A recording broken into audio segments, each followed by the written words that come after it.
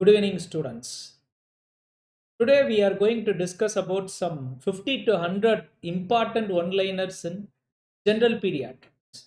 General pediatrics includes your growth, development, newborn, as well as something they are doing. Let me wait.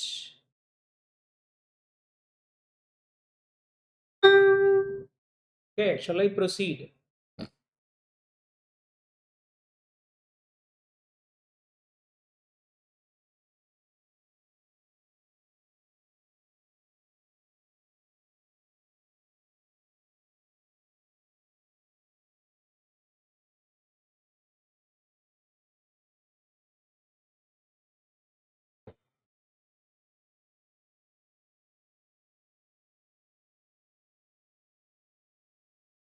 Okay.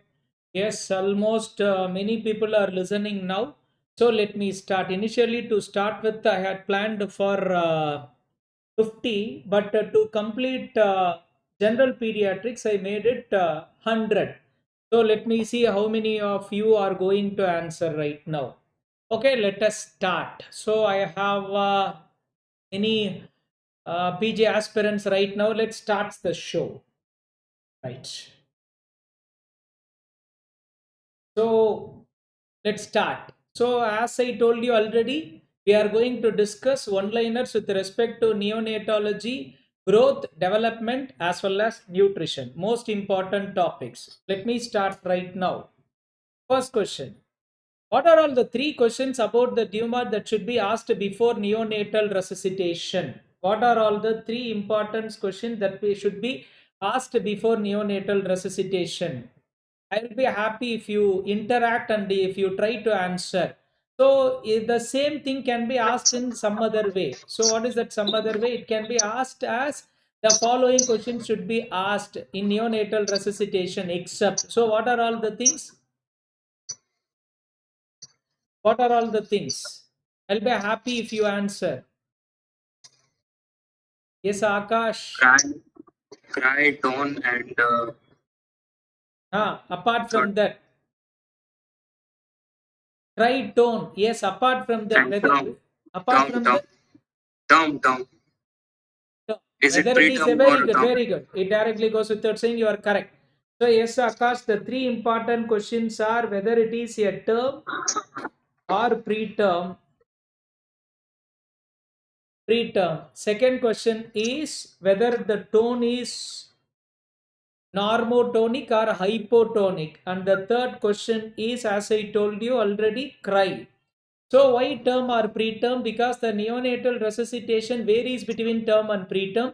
In preterm, less than 32 weeks, you need to cover the baby with the polythene bags to prevent a hypothermia. Tone, if the child is hypotonic, it indirectly indicates that the brain had undergone hypoxia. Cry means again neonate. Cry means there is no respiratory effort, as a result of which you need to start your neonatal resuscitation, starting from initial steps to bag and mask to cardiac massage or to drugs. So these are all the three important questions that you need to ask. You are not supposed to ask one question. Is there any role of Abgar? Can you say, is there any role of Abgar? The answer is Doctor, no. Abgar is not required. Second, color of the baby. If the baby is cyanosed, whether the child requires resuscitation, yes or no? yes. Yes. So the child is cyanotic, but the child is crying a lot. The child is crying, but the child is cyanotic. Do you need resuscitation? No.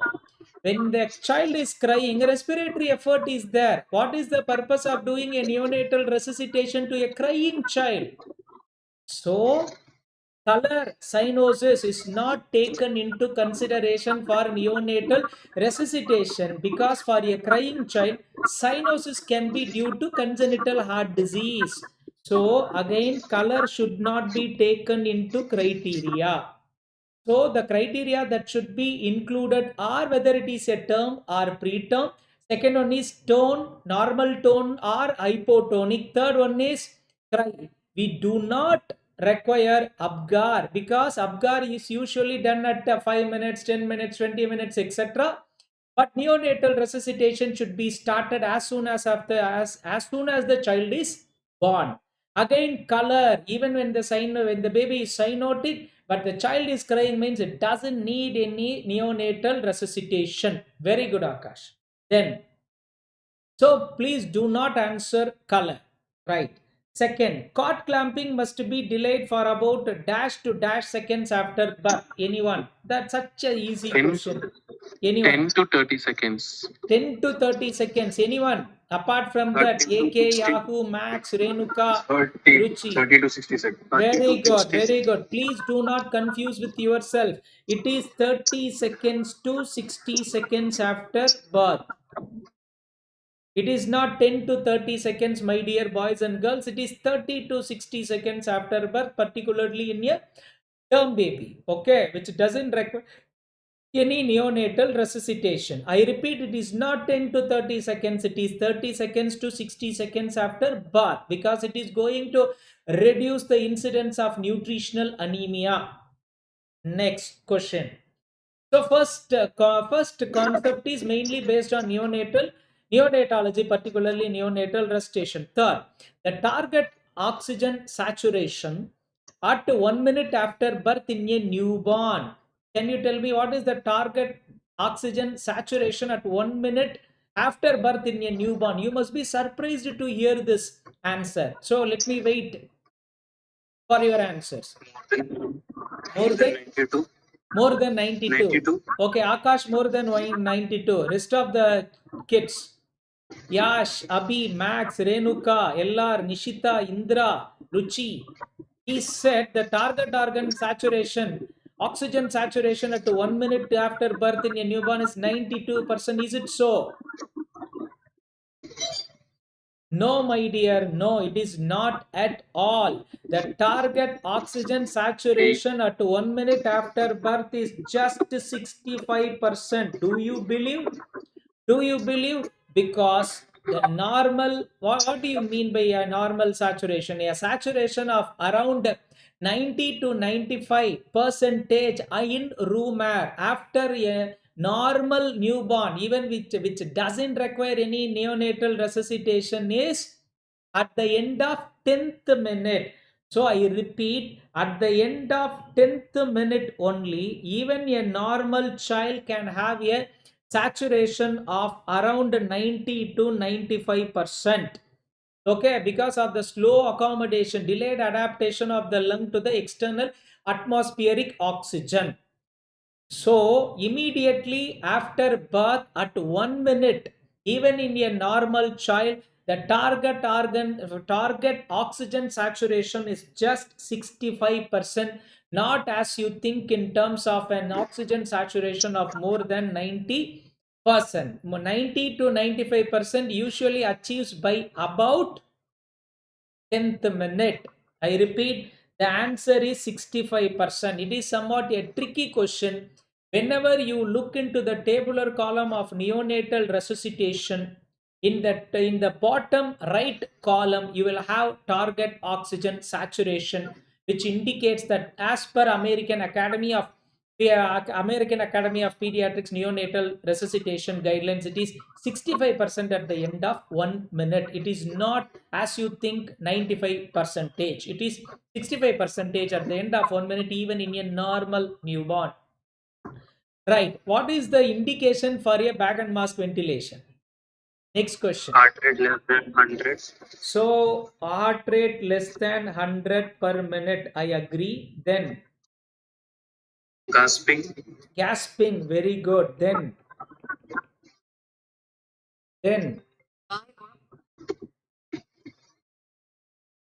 gasping. Then apneic child. Then apneic child. So heart rate less than 100 per minute, gasping and apnea are indications for bag and mask ventilation. Very good. It directly goes without saying that it is not that much a tough question. Very good. 3 indications. Now the question is, what is the only contraindication for bag and mask ventilation? Diaphragmatic hernia. Congenital diaphragmatic hernia. Congenital diaphragmatic hernia. The answer is correct, but I would like to know your call with respect to a child with a meconium aspiration with birth asphyxia, whether the child requires bag and mask ventilation. Can anyone tell me? My question is It is not a contraindication. it so?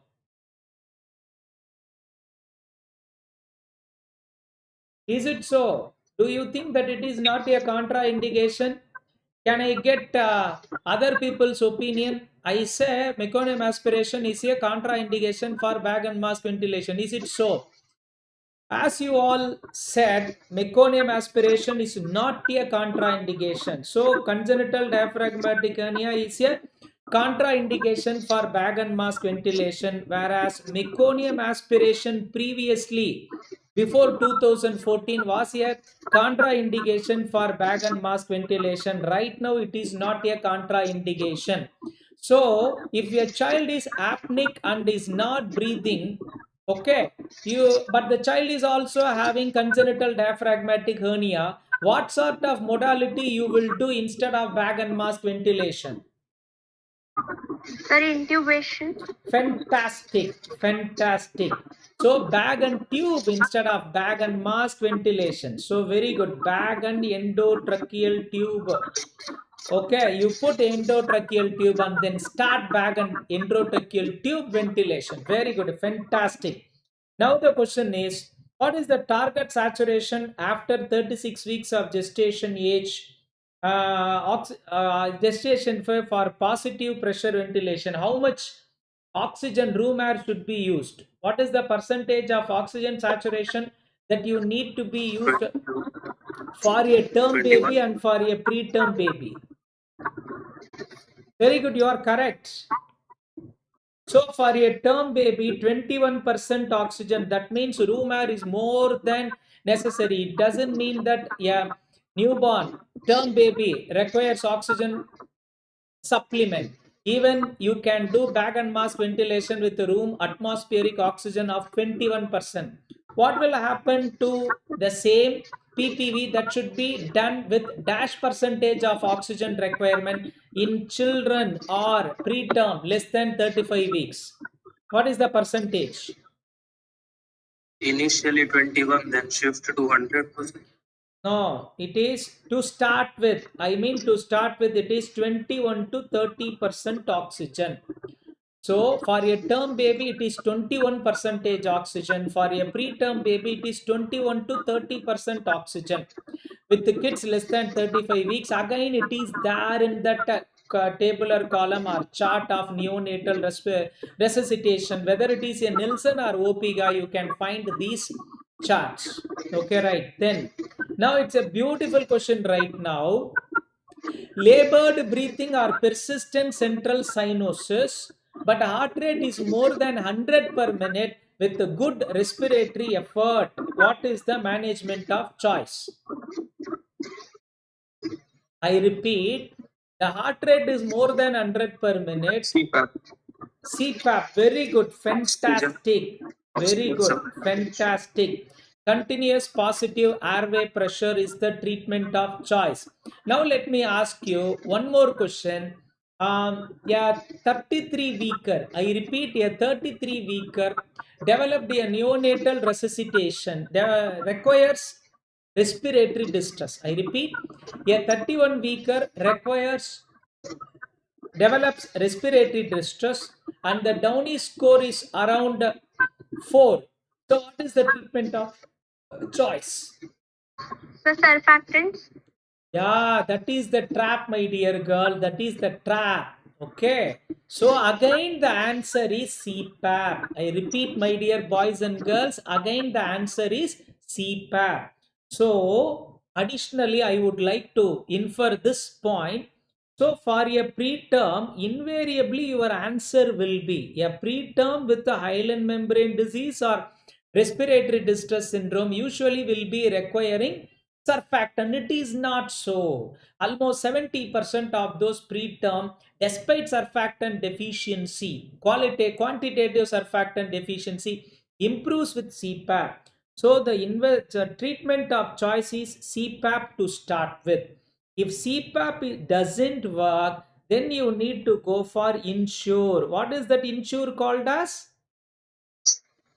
What is that insure? Intubate, surfactant administration, and extubate. That means you are intubating the child only for the purpose of surfactant administration. Then you need to extubate.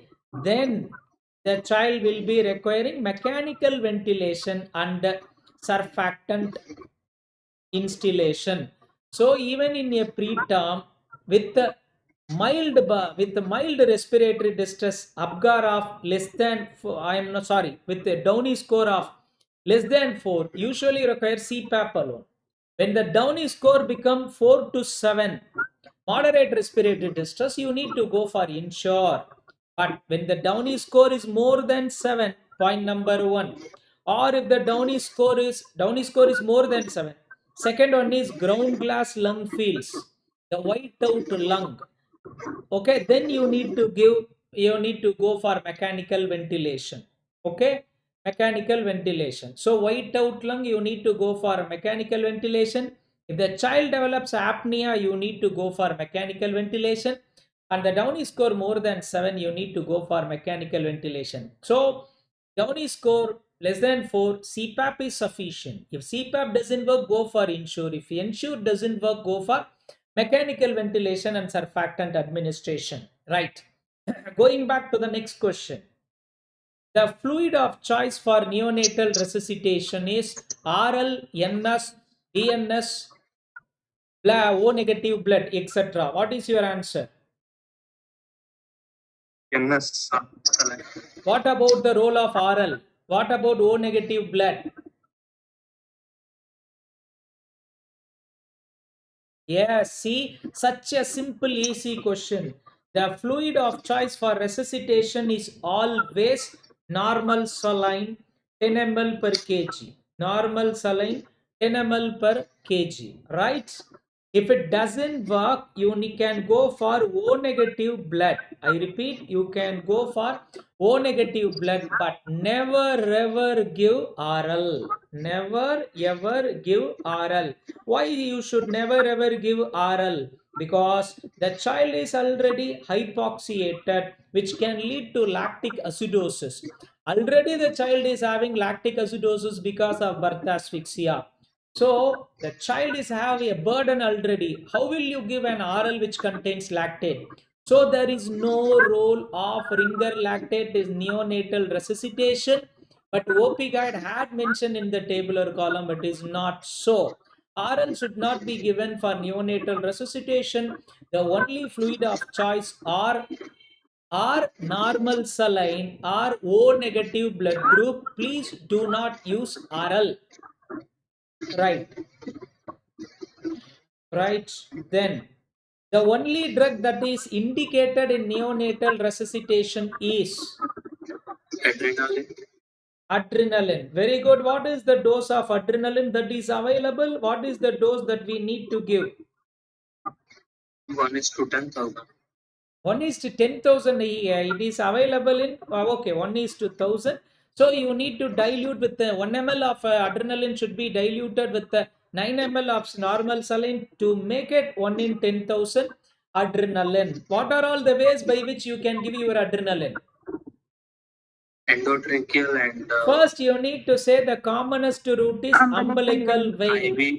Umbilical vein, then a peripheral vein. If you can't find vein because the child has gone in for shock, then you can choose endotracheal adrenaline. Even you can't intubate, what will you do?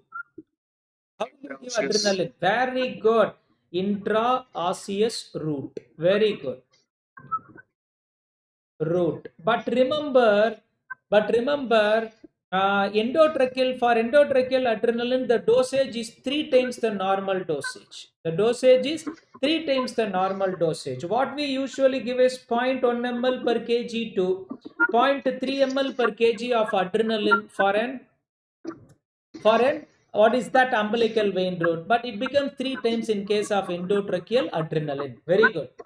Now the next question, what is the which technique is approved for chest compression? Is it two finger technique or two thumb technique? Two thumb. Very Two good. thumb. Two thumb technique, because previously we had both two finger and two thumb technique, but at present the guideline says that you need to use only two thumb technique because it only produces adequate compression over the lower end of the sternum. Right. Next question. Pink diaper.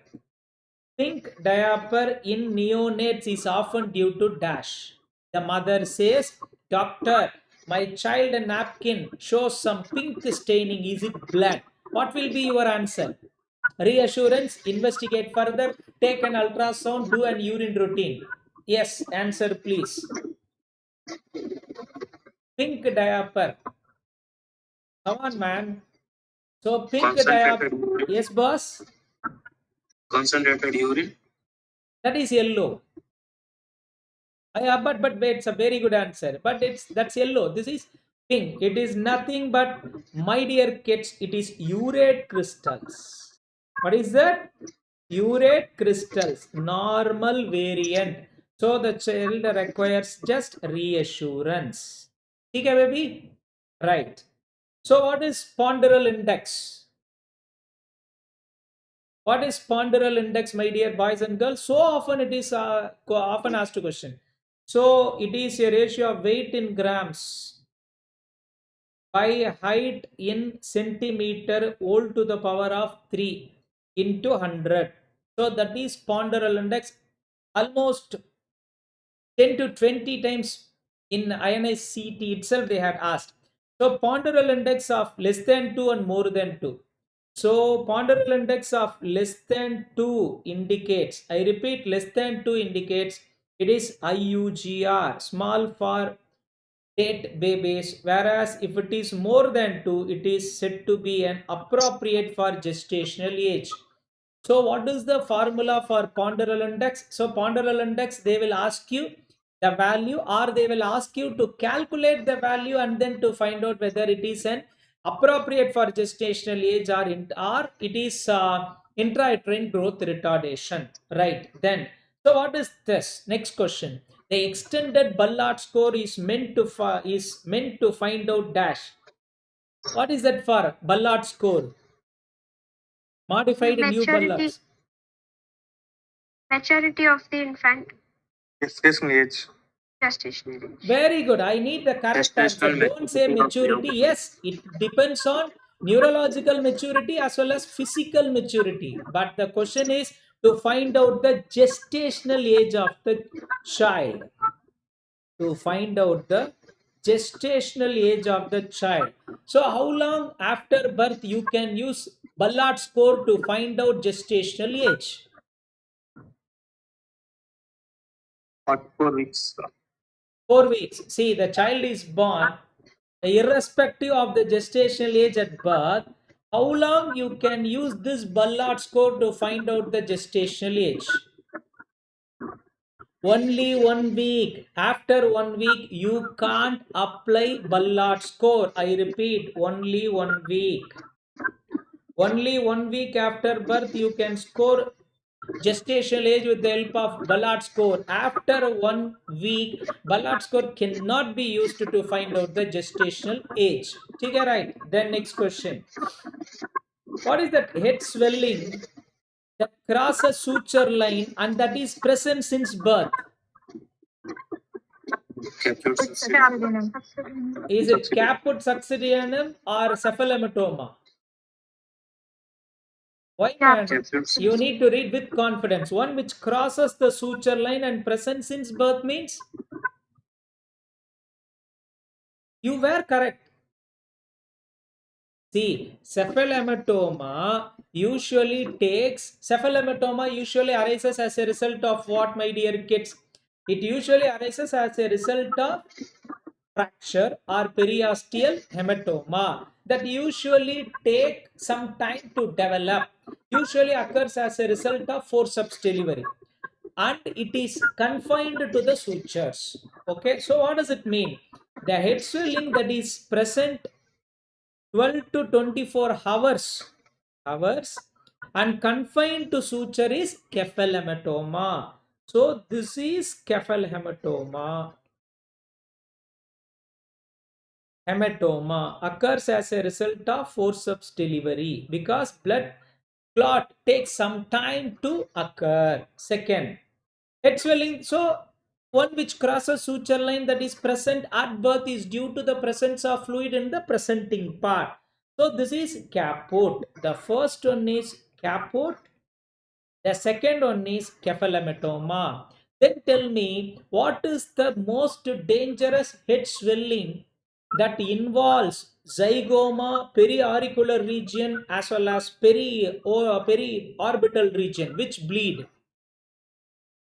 And the child usually presents with a shock. Subgaleal. Very good. That is subgaleal bleed. Very good. You are 100% correct. That is subgaleal bleed. Very good, my dear. Then, what is this? Cold injury or cold stress means the temperature of the newborn is between dash and dash. I mean the axillary temperature. 32 degree to 36 degree. That's a wide range. Not wide range, wide range. See? 34 less than No. So, normal temperature. So, okay. So, normal temperature is 36.5 degrees Celsius to 37.5 degrees Celsius. Normal temperature. So, what is cold stress or cold injury? Very, very important point. It is 36 degrees Celsius to 36.5 degrees Celsius. Is it okay, my dear? Just 0.5 degrees Celsius. Understood? Okay, Akash, it is not 34 to 36. It is just 36 degrees Celsius to 36.5 degree Celsius. This is also called as mild hypothermia. So mild hypothermia or cold injury or cold distress is nothing but the temperature between 36 to 36.5 degrees Celsius. Whereas moderate hypothermia is 32 to 36 degrees Celsius and severe hypothermia is less than 32 degrees Celsius. Will you do mistake, my dear boys and girls? Okay then. So tell me again, what is the cold stress or cold injury means? Repeat again. 36 to 36.5 Just degree. 0.5 degree, my dear boy. Just 0.5 degrees Celsius. So what is called hyperthermia? Hyperthermia is more than 37.5 degrees Celsius. Okay, hyperthermia is more than 37.5 degrees Celsius. But remember one caveat, normally fever indicates infection, but in newborn, hypothermia is equal to infection. I repeat, in newborn, hypothermia is equal to infection rather than hyperthermia. But only two infections can present with hyperthermia. What are all those two infections? So one is malaria, second one is herpes. The rest of the infections are all associated with the hypothermia rather than hyperthermia. Right. So what is this? Next question. Polycythemia means hematocrit of more than dash. Because we don't use viscometer to find out polycythemia. We don't use viscometer to find polycythemia. So the polycythemia is indirectly measured with the help of hematocrit of more than dash. Sir, question skip हो गया. I can't get you, my dear. Polycythemia means hematocrit of more than dash percentage. One question got skipped. Which question? Okay, I'll come to it. No issues, I'll come to it. Let us finish this polycythemia. Thanks for remembering me. So polycythemia means hematocrit of more than dash. 65 percentage. What? 65 percentage. So what is the treatment for polycythemia between 65 to 75 percentage? You just require observation.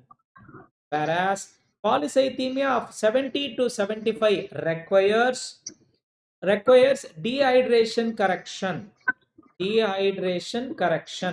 Whereas polycythemia of more than 75% requires exchange transfusion to remove that RBC overload. You take partial exchange transfusion. I don't say exchange. It is called PET. PET is otherwise called as partial exchange transfusion. That means you take 20 ml of blood, but instead you give only 10 ml of normal saline. Thereby you are diluting the blood. That is called partial exchange transfusion. So polycythemia means an hematocrit of more than 65%. So the left out question, my dear, non-shivering thermogenesis is mediated through what? Brown adipose tissue. Very good. Don't say brown fat is different, adipose tissue is different. Adipose tissue is yellow in color, whereas the brown fat is brown in color. Yeah, but the main question is, what is the neurotransmitter that is involved in that? Norepinephrine. Fantastic, my dear. Fantastic. It is norepinephrine. So what is the mechanism by which they act? Uncoupled reaction. Fantastic. Uncoupling of oxidative phosphorylation. Fantastic. So some one-liners with respect to neonatology is over. Then comes certain question with respect to growth. Right. Tonsillar growth is maximum between dash and dash years. 5 to 6 and puberty. No. You could see gonadal growth, somatic growth, skeletal growth, genital growth, as well as tonsillar growth. There are 4 curves that is otherwise called Scamon's curve in growth and development 9. topic. No, tonsillar growth is maximum between 4 and 8 years. That's why you often get adenoid and tonsillar growth between this age group, 4 and 8 years. Right. Next question. Perinatal period extends from dash weeks to dash after birth.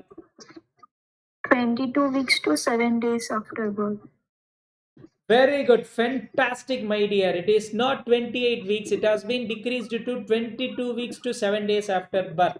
Very good. Then, at birth, the percentage of head size when compared to adults in a newborn is dash. 90%. No, my dear. At birth it is 65%. Please correct yourself. The question is at birth, whereas you told something na 90% at 2 years. Okay, da? So I repeat, at birth percentage of head size is 65%. Only at 2 years it is 90% when compared to adult size. Okay, now to calculate the bone age, what are all the 2 charts that we use? What is the name of the chart? So I repeat, my dear boys and girls, that is one you should know, ma. They need to have a standard chart now. So what is that? It is called Tanner Whitehouse. It is called Tanner Whitehouse. Is it okay, dear? Tanner Whitehouse. One more chart is called Grulich-Piles. One more chart is called Grulich-Piles Atlas. But the commonest chart that we use to compare our bone age with a standard nomogram is Tanner Whitehouse and some parts of the world Grulich-Piles. No Tanner Whitehouse, that is more than enough. Then fetal growth is dependent on, let me say, insulin, thyroxine, cortisol, insulin growth factor, and then growth hormone. Tell me, fetal growth is not dependent on which hormone? Growth hormone. Fantastic. Fetal growth is not dependent on growth hormone. That's why a child who is deficient in growth hormone, okay, do not have manifestations with respect to weight and height in newborn period. A child with growth hormone deficiencies, weight and height at birth is absolutely normal.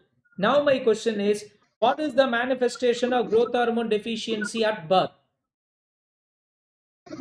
What is the manifestation of growth hormone deficiency at birth? Nothing.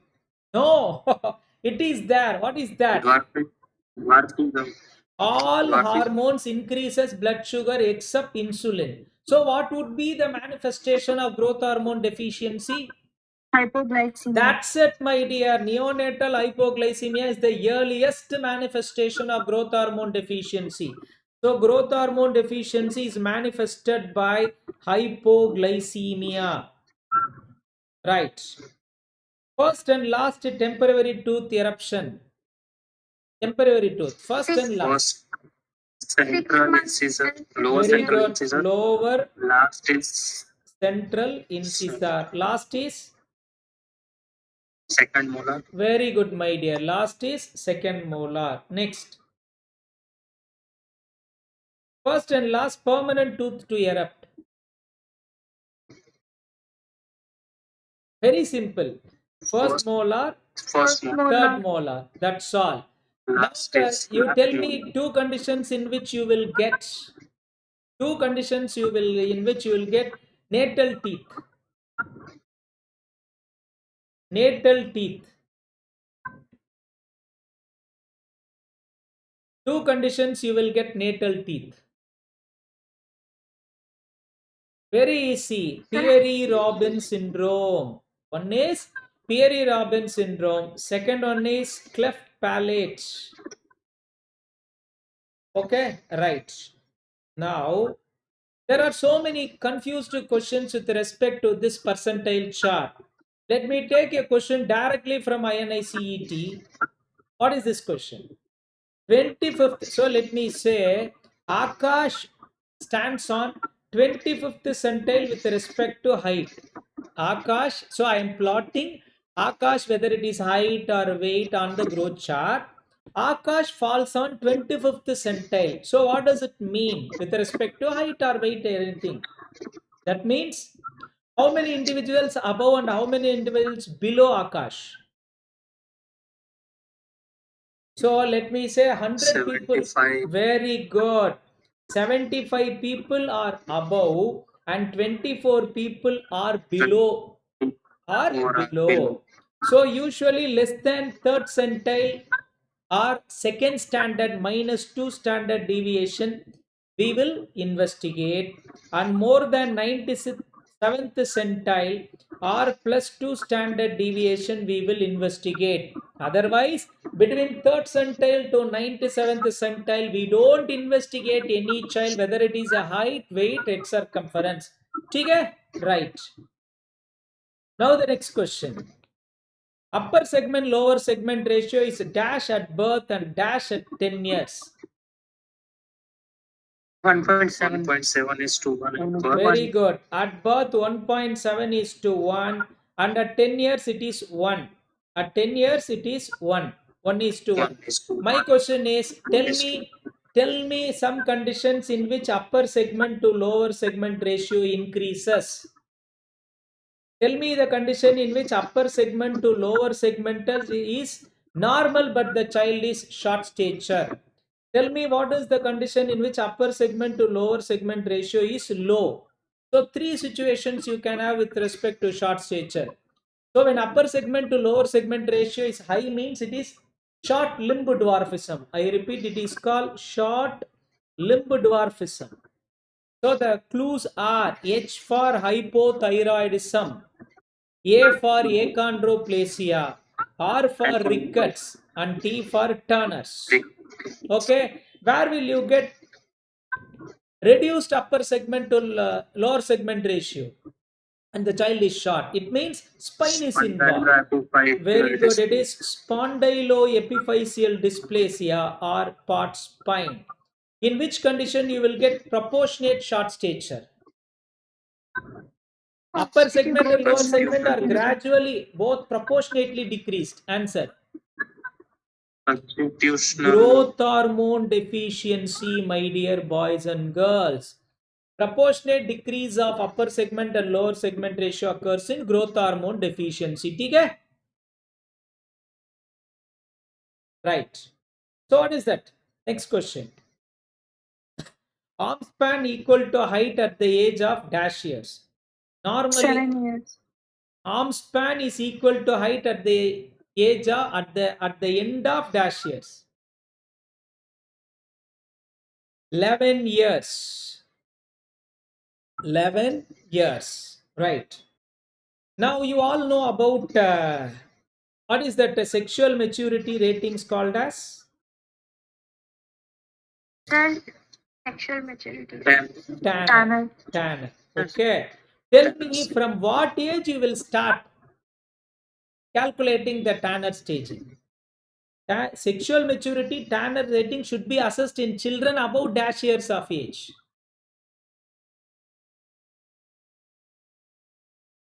Tell me. Huh? No, my dear. Surprisingly, it is 7 years. You need to calculate SMR, Tanner staging, from 7 years itself. It is not 12, my dear boy. It is not 12. What is the first indication of puberty in boys and first indication of puberty in girls? Thelarchy in girls and testicular enlargement in boys. Boys. Very good. Testicular volume of more than dash is said to be puberty. More than dash ml. 4 ml. Very 10. good, dear. No. 10 is macroorchidism. More than 4 ml. That will come under precocious puberty. Then. Very good. Right. So, what is called precocious puberty in boys and girls? Boys, it is 9 years. Girls, 8 years. Boys 8.5, 9.5 years. Girls, it is 8 years. Delayed puberty in both boys and girls?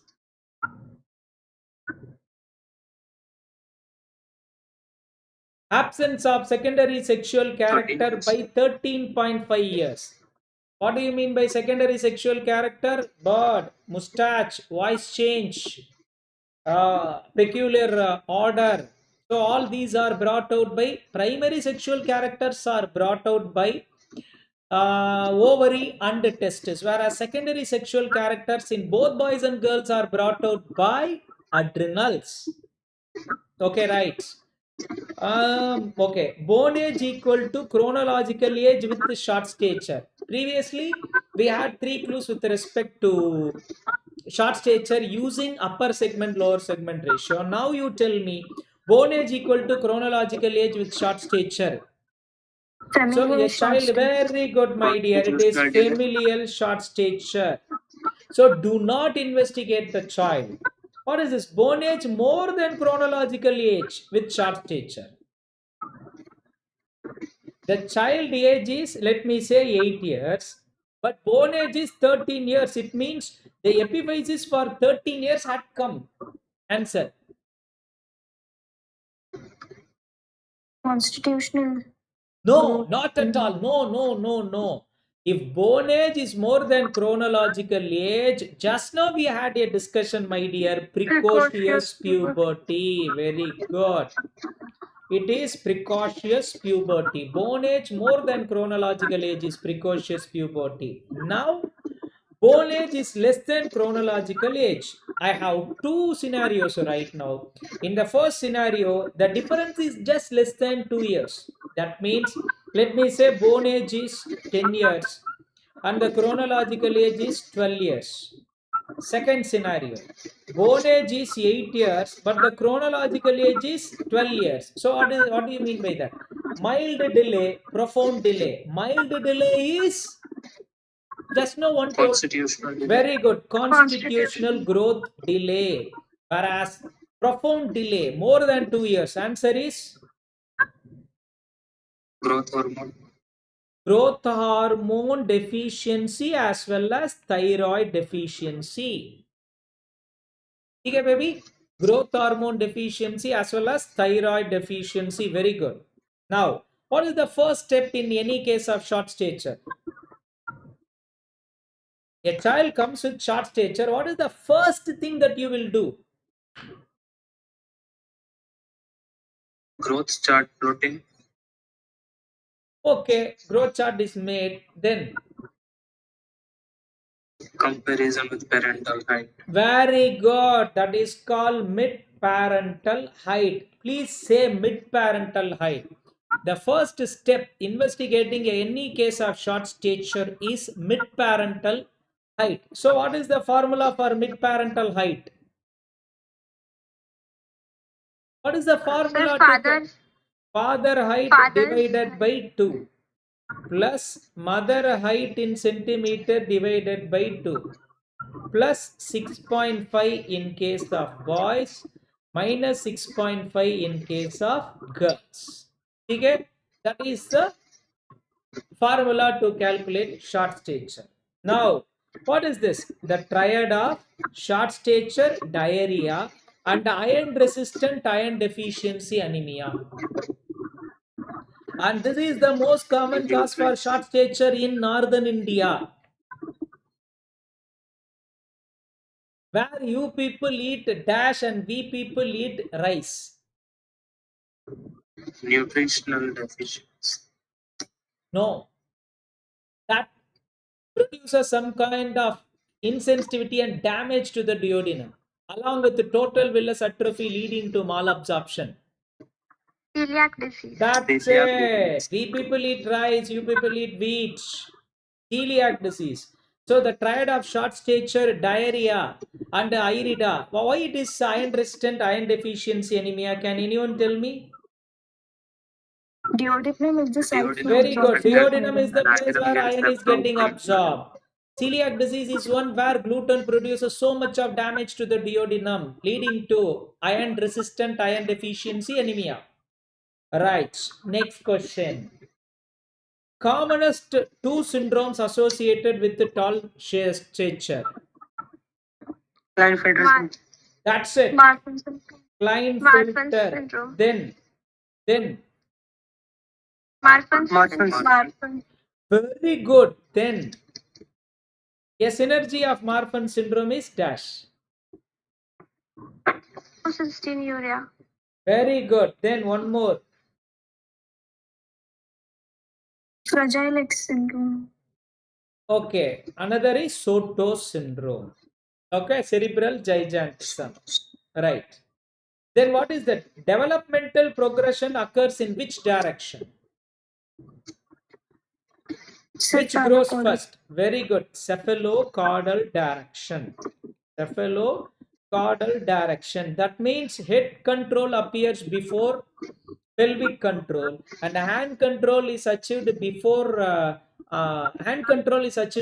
finger control. That is cephalocaudal. Very good. This is such an easy question. Most common cause for preventable mental retardation. Iodine deficiency. Thyroid deficiency. Don't say iodine deficiency. It was there in 1980s, 90s. Now everyone is eating iodinated salt. So the most common cause is congenital hypothyroidism. My dear boys and girls, it is not endemic deficiency that leads to congenital hypothyroidism. It is thyroid dysgenesis. It is thyroid dysgenesis because thyroid gland itself is not formed. Okay? Please do not say iodine deficiency at present. The most common cause for preventable mental retardation is thyroid deficiency, and most common cause for thyroid deficiency is thyroid dysgenesis that can be detected with the help of doing thyroid ultrasound.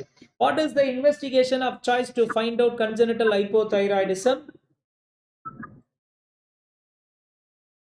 Answer.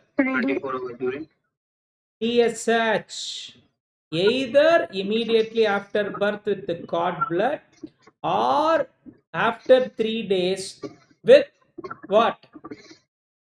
With venous sampling to confirmation. Okay, right.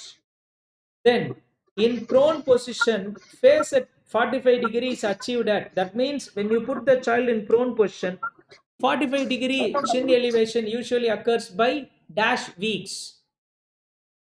8 to 9 weeks. That's it, my dear. 8 weeks. Fantastic. Fantastic. Okay, then. So, crawling occurs by what month and creeping occurs by what month?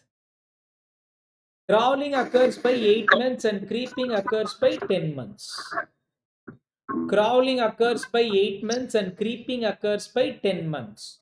What do you mean by pivoting? What do you mean by pivot? Sitting and turning diagonally back towards the source of sound is called as pivoting. By which month this pivoting occurs? Why? 9 months. 9 months. You should not have confusion with these named things, my dear boy. 9 months. Sitting and turning diagonally back towards sound, source of sound is called as pivot. Right. Pull to stand by dash months. Sitting and then when pulled it will stand. Again 9 to 10 months. 10 Don't get confusion. These are all simple things.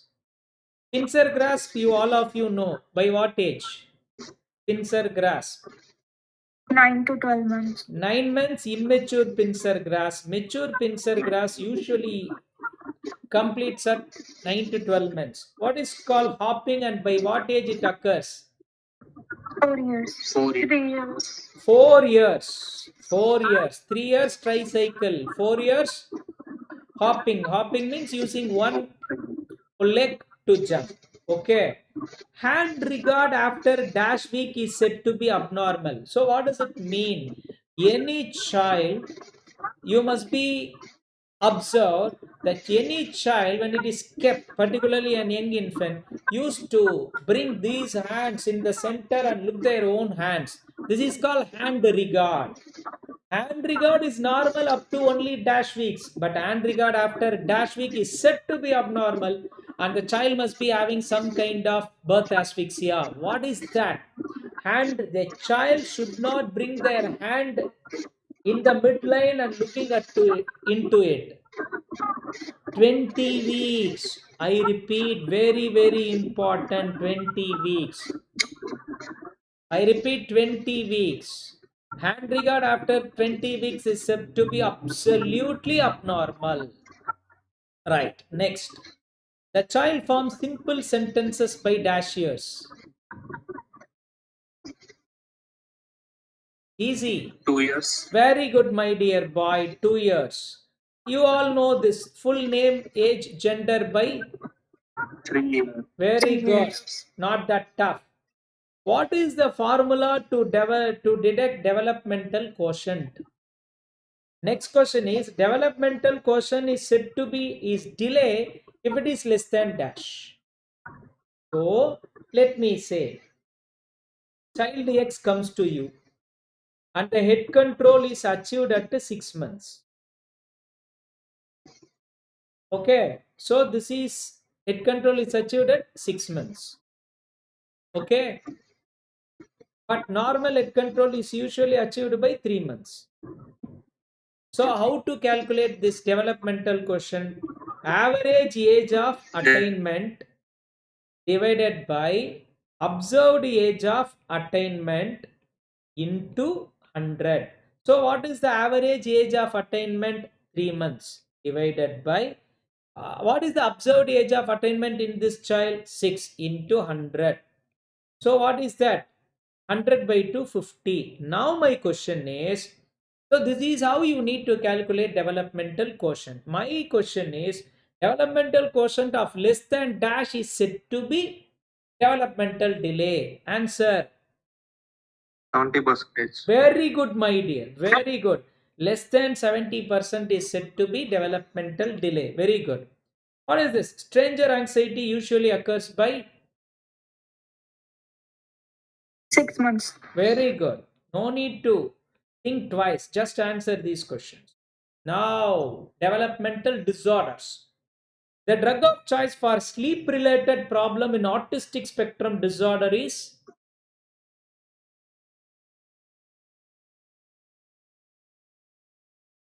The child with autism, I. melatonin. What is that? Melatonin. Good. The drug of choice for hyperactivity in autism spectrum disorder is, it's easy. One is very good, clonidine, as well as one more drug starts with A, atomoxetin. Atomoxetin. Right. So what is this? A child is brought to you with repetitive and persistent pattern of opposing your seniors. Okay, particularly teachers. Whatever teacher, parent says, he's just opposing. What is that? Oppositional So the defiant answer is disorder. out. It is called oppositional defiant disorder. Whatever authority figures, teachers, parents says they used to oppose, but you must be wondering, you and me also used to argue with the teachers and parents. That's why they set a duration of more than dash. Answer. Yes, you and me all are fighting with our parents and teachers, but not often or not for a prolonged period of time. So what is the answer for this? More than dash months. Yes. Yes. Yes, ma. Say some months. 6 months. Appa, who is that? Fantastic. 6 months. Beautiful guess. 6 months. Now the next question is, what is this disorder? The child is brought with aggressive and destructive activity at home, school, neighborhood. He is an antisocial element causing harm to other people. What is that called as? Conduct disorder. Very good. This is called conduct disorder. And you now tell me what is the duration of these symptoms to be present to brand them as a conduct disorder. 1 year. That's it, my dear. 1 year. Okay, 1 year. Very good. So, what is the only parasomnia that occurs in REM sleep? Almost all other parasomnia, sleep related issues, nocturnal talking, nocturnal walking, shouting. Nightmares. Nightmare. Very good. Nightmare. Nightmare. So, whereas sleep talking, sleep walking, and nocturnal terror usually occurs in non-REM sleep. This is the one which occurs in REM sleep. Very good. Now the question is, next question. Persistent ingestion of non-nutritive substance, you all know. Eating is called as pica. And if it is more than dash months, 1 month. is it so? 6 months. You will make the child to eat non-edible things for more than 6 months, my dear? No, 1 month, not 6 months. Right. What is this? Distraction and timeout technique are used for the following behavioral disorder. Timeout technique. What is that? This is called temper tantrums. This is called temper tantrums. What is that distraction and timeout technique? The child is asking this pen. I am not giving. The child will start crying like anything. So I can't tolerate this crying. So I will give this pen to her so that the child will stop crying. But what is this timeout technique? The child is crying, thinking that I'm going to give the pen. But for the next 5 days, I will take 5 minutes to give the pen. Next week, I will take 10 minutes to give the pen. The next week, I will take 15 minutes to give the pen. So finally, the child will think, how can I cry for about 20 minutes? So that the child will stop crying and never bother about this pen. This is called timeout technique. Okay, right.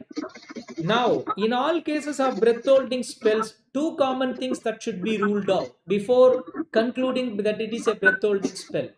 Because for breath holding spell, iron is more than sufficient. Answer. Cyanotic spells. Say seizure disorder. Even breath holding spell ends up in cyanosis, my dear. So two things. One is seizure disorder can mimic. One is seizure disorder. One is seizure disorder you need to rule out. This is with respect to brain. So you will take an EEG. Another thing that should be ruled out, Long QT syndrome. Very good. Long QT syndrome. Right. Very long QT. What? Yes. Persistent of thumb sucking after dash years requires treatment.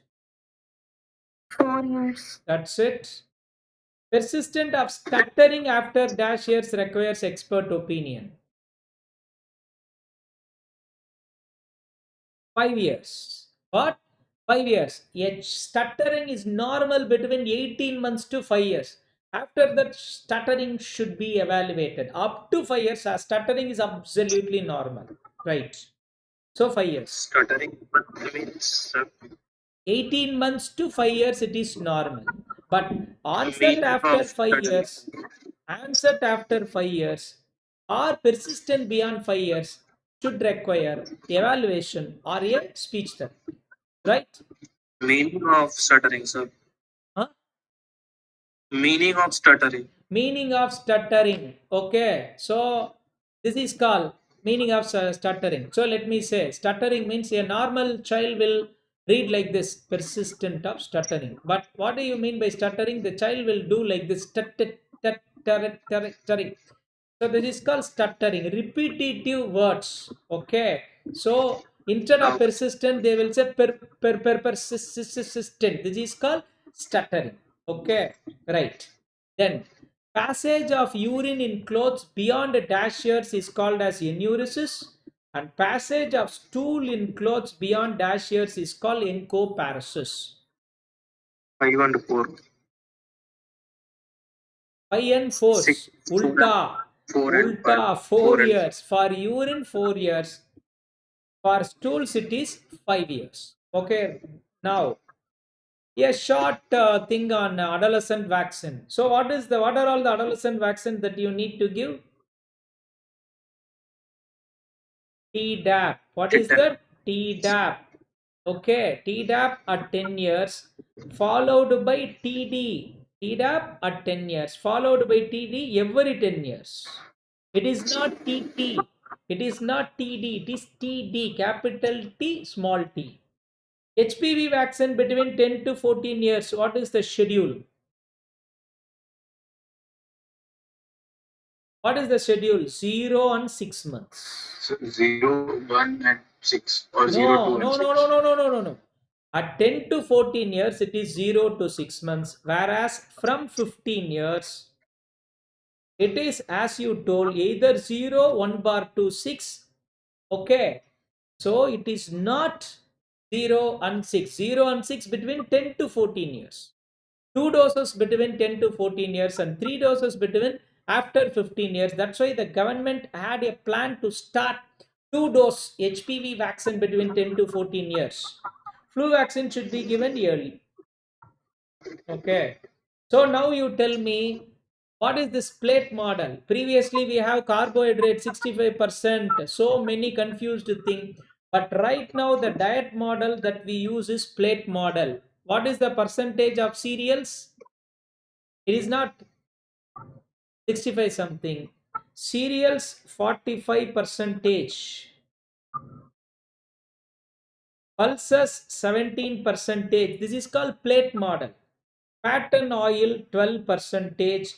Rest of the things are here. So it is not half of quarter. 45% cereal, 17% pulse, fat 12%, milk and curd 10%, nuts and seeds 8%, vegetable 5%, fruits 3%. This is called plate model. This is the recent model that we has to be practiced, right? So now a child has come to you with a height of less than 2 standard deviation is called as height for age. That is called stunting. That indicates what? Chronic malnutrition. Weight for height less than 2 standard deviation is called as wasting. That indicates acute. So this is acute, this is chronic. What is this? Weight for height is different, whereas weight for age less than standard deviation. This is called undernutrition. This is called undernutrition, and it indicates acute on chronic. Remember, weight for height is chronic. Weight for age is acute on chronic. Okay, right. Measuring height at dash years can predict adult height. What is that? 2 years. 2 Very years. good, very good, very good. Okay. The next questions are easy. Monkey faces and baggy pant appearance are suggestive of? Marasmus. Not that tough. Plaque pain dermatosis, hepatomegaly, kwashiorkor. So one is calorie, the second one is protein. Very good. Right. What is this? Not weight. What is this? Weight for dash below 3 standard deviation is said to be severe acute malnutrition. Weight for height or weight for age? Wait for height. Very good, my dear kids. Weight for height. And metaparam circumference of less than? 11.5 That's a easy question. Okay. Uncomplicated severe malnutrition. That means what? Without any complications like hypoglycemia, hypothermia, sepsis. Can be managed where? PHC, home, upgraded PHC, hospital. Say supervised home regimen. What is that? Supervised home management. Don't just say home management. Blood glucose of less than dash per deciliter is said to be hypoglycemia. 45. 40. With respect to SAM, ulta 54 milligram per deciliter. It is not 45, it is 54 milligram per deciliter. Which one? Hypoglycemia. Right. What two micronutrients should be added or minerals should be added in the first week of SAM management? What two should be avoided in the first week? Iron is avoided. Zinc is added. Iron is avoided. So tell me, complete the iron as well as sodium. Sodium. Why? Because of hypotension, they will have renin mediated. Okay, hypernatremia. So sodium should be avoided. Iron to reduce the incidence of infective complication. What two should be added? Zinc is added. Potassium. Potassium. Fantastic. Potassium. Then magnesium. Yes, I agree. Zinc, copper also necessary, but the most important aspect should be given to potassium, magnesium. Okay? Right. Now, you all know that instead of ORS, we use Risomol for SAM management. It is otherwise called as what is that Risomol? Reduced Rehydration solution for malnourished children. So, how many sachet? How do you make Risomol with the help of WHO ORS? 1 sachet in 1 liter of water. 1 sachet with 2 liter of water, my dear boy. 1 sachet with 2 liter of water, 50 gram of glucose, along with 45 millimole per liter of potassium or 35 ml of potassium chloride injection. 1 ORS packet, instead of 1 liter, you have to add 2 liter. Extra salt has to be added. See, you need to reduce the sodium content. You need to reduce the sodium content from 90 to 45 by diluting it more, and you need to increase the sugar from 75 to 126 by increasing the by adding extra glucose, and you need to add potassium from 20 to 40 millimole per liter by adding extra potassium chloride injection or potassium chloride syrup. This is very important. Composition of Risomol. Now, Fatafat answer with respect to vitamins. The biochemical markers of nutritional vitamin D deficiency is dash. 25 hydroxy D3, 125 hydroxy D3, 125 or calcium, phosphorus, alkaline phosphate, parathyroid hormone. 25 hydroxy. Very good. 25 OHD3 of less than dash nanogram per ml.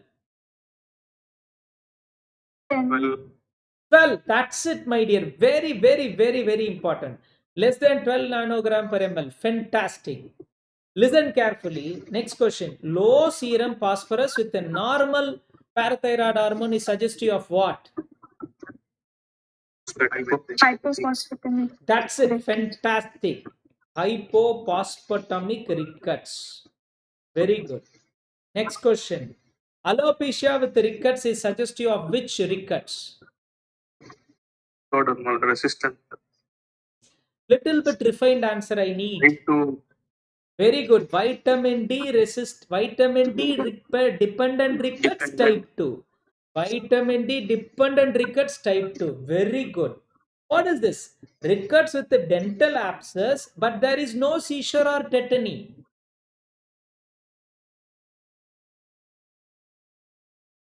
Tetany means hypocalcemia. Seizure means hypocalcemia. So, in the absence of hypocalcemia, what other deficiency can lead to rickets, ma? Just now you have answered. hypophosphatemia. That's it, the same thing. Hypophosphatemic rickets is associated with dental abscess, but there is no seizure or tetany. That is the important clue. And remember, they preferentially involve lower limb rather than upper limb. Okay? Right.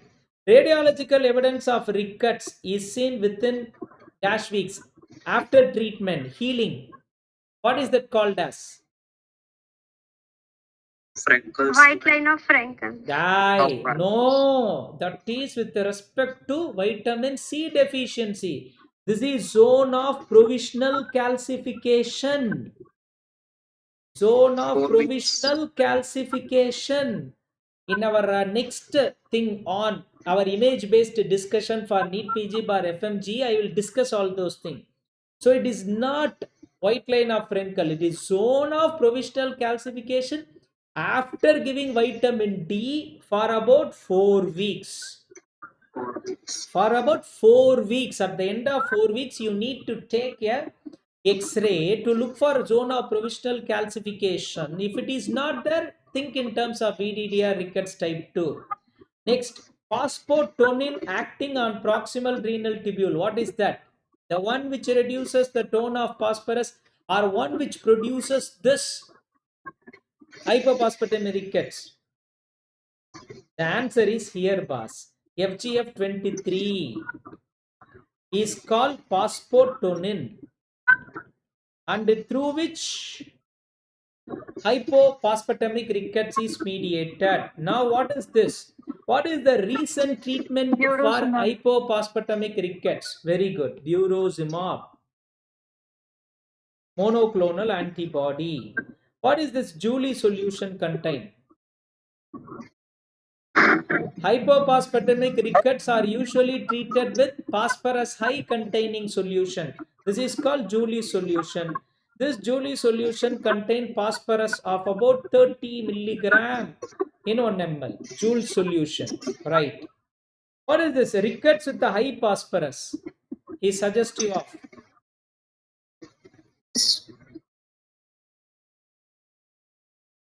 easy. CKD. That's it, my dear. Chronic kidney disease. Rickets with high phosphorus and high parathyroid hormone. Right. Next, hemolysis in preterm. In preterm, less than 34 weeks is due to deficiency of dash vitamin. K. Vitamin K. 100% wrong. Vitamin E. Vitamin E, because RBCs are more prone for oxidative damage. Vitamin E is an antioxidant. It is not K. K is for term. For preterm, it is vitamin E. Right. Circumcorneal congestion is associated with which vitamin deficiency? Riboflavin. That's it, my dear. Riboflavin. Hypervitaminosis of dash is associated with bleeding. K. Hi. K Vitamin is E. given for bleeding. Hemorrhagic disease of newborn. Again, here comes vitamin E. Hypervitaminosis E causes bleeding because it reduces K levels. Go and refer. Okay, right. Then What is this? Which vitamin deficiency is leading to triad of ataxia, Thiamine. ophthalmoplegia, nystagmus? Thiamine. Easy. Easy. Right. Ataxia in the answer is here. Ataxia in any case of malabsorption is due to vitamin E. Right. What is the most common cause for classic hemorrhagic disease of newborn? Vitamin K deficiency. Yes, I agree, vitamin K, but it is called early onset if occurs within 1 day after birth. 1 to 2 weeks after birth is called as classic HTN, and after 1 week, after 2 weeks, one second. கிளினிக்ல வந்தா வந்துரு கீழே வா. இல்ல நானே வரேன், அங்க wait பண்ணுவேன் 2 minutes. Class முடிக்க போறேன் 2 minutes. வேண்டாம் 2 minutes wait. Sorry. Extremely sorry. Okay. See, early HTN means 1 day. Classic HTN means 1 day to 1 week. After 1 week, it is called late onset HTN. Early is due to maternal vitamin K deficiency, or taking an ATT tablet or anticonvulsant tablet which antagonizes vitamin K. Classic, which occurs 1 day to 1 week, is not giving vitamin K at birth, my dear boy. Not giving vitamin K. All should be given vitamin K. After 1 week, it is due to neonatal cholestasis, like cystic fibrosis or pancreatic deficiency. Okay? Very important. Vitamin deficiency in people eating maize. Niacin, because it is in bound form. Vitamin deficiency occur in thiamine. Very good. Vitamin deficiency, people eating raw egg, biotin. Fantastic. Vitamin deficiency occur in people eating vegetarian, B12. Vitamin deficiency associated with people consuming INH, B6. Very good. Fatafat. Vitamin deficiency associated with knuckle hyperpigmentation, B12. That's it. B12. What is the screening test of choice for B12?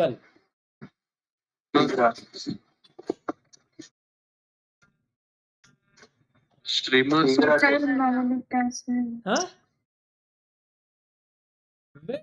Vitamin B12 converts dash to dash to succinyl-CoA. So in B12 deficiency, what happens? Methylmalonic acid is increased in blood and urine. So the screening test of choice for B12 deficiency is increased methylmalonic acid, because hypersegmented neutrophils and macrocytic megaloblastic anemia occurs in both B12 and folate. So to pinpoint further, it is methylmalonic acid in urine. Right. Vitamin deficiency with intractable intrauterine seizures. Very good. Pyridoxine. Vitamin deficiency associated with pseudoparalysis and hemopericardium. Vitamin C. Scurvy. Finally, tetany is there, but it is not responding to calcium infusion. Which micronutrient? Documented hypocalcemia not responding to calcium. Magnesium deficiency. Okay? Magnesium deficiency. So with this, we have covered around 100 one-liners. Thanks for your patient listening. Next week, choose your day. We will be covering 100 one-liners in systemic pediatrics. Okay? Bye-bye. It's almost 1 hour and 20 minutes. Thank you. Good night. I hope you enjoy the session. Thank you, sir. Bye, dear. Bye. Thank you, sir. Bye. Bye. Bye.